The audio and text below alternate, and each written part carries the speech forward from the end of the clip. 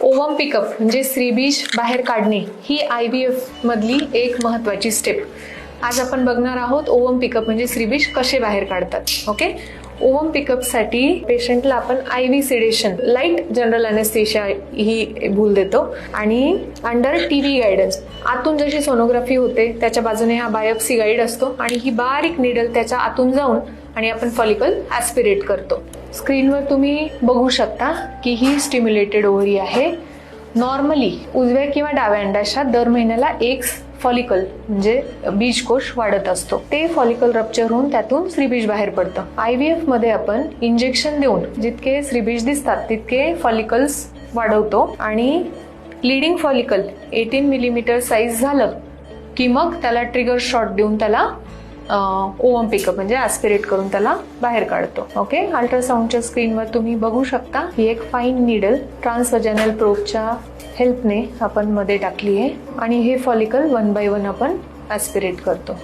आता कित्येक मुली विचारतात की मॅडम मग माझं IVF झालं, मग तुम्ही माझे सगळे स्त्रीबीज काढता, मग माझे स्त्रीबीज संपून जातील का? बघा, जसं मी तुम्हाला मगाशी सांगितलं की नॅचरली उजव्या किंवा डाव्या अंडाशयात एक फॉलिकल वाढतं. म्हणजे ते फॉलिकल वाढण्यासाठी आपली बॉडी FSH नावाचं एक हॉर्मोन बनवते. त्याची जी नॅचरल मात्रा असते ती एकच फॉलिकल वाढवण्यासाठी सफिशियंट असते. तर आपण काय करतो, पिरियडच्या पहिल्या, दुसऱ्या किंवा तिसऱ्या दिवसापासून पेशंटचं वय, तिचं AMH, तिचं वजन, ह्या सगळ्या गोष्टींचा विचार करून FSH चे इंजेक्शन्स पेशंटला सुरू करतो आणि हे FSH सुप्राफिजिओलॉजिकल डोसमध्ये असल्यामुळे एक फॉलिकल वाढण्याऐवजी मल्टिपल फॉलिकल्स आपल्याला वाढवता येतात.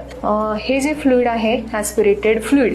आता फॉलिकल म्हणजे बीजकोश आणि फॉलिकलमध्ये स्त्रीबीज असतात. म्हणजे हे जे फॉलिकल दिसते हे स्त्रीबीज नाहीत, ह्याला बीजकोश असं म्हणतात. या फॉलिकलमध्ये एक टायनी स्त्रीबीज असतं. हे जे फ्लुइड आपण ॲस्पिरेट करतो हे ट्यूबमध्ये इथे कलेक्ट होतं. हे जे फ्लुइड आहे हे सक्शन ट्यूबमधून प्री वॉर्म्ड ट्यूबमध्ये हे कलेक्ट होतं आणि मग ते लॅबमध्ये दिलं जातं स्क्रीनिंगसाठी. जे फॉलिक्युलर फ्लुइड ॲस्पिरेट करून लॅबमध्ये ट्रान्सफर केलं जातं त्यातून COCs म्हणजे oocyte cumulus complex स्त्रीबीज आयसोलेट केले जातात आणि मायक्रोस्कोपमध्ये हे स्त्रीबीज असे दिसतात. याला oocyte cumulus complex म्हणतात. म्हणजे ह्याच्या सेंटरमध्ये स्त्रीबीज असतं आणि it is surrounded by cumulus cells. या क्युम्युलस सेल्स काय करतात, स्त्रीबीजाला न्यूट्रिशन देतात. आता काही वेळ हे इन्क्युबेशनसाठी ठेवलं जातं इन्क्युबेटरमध्ये आणि त्यानंतर ते डिन्यूड करून स्त्रीबीज त्यातून सेपरेट केले जातात.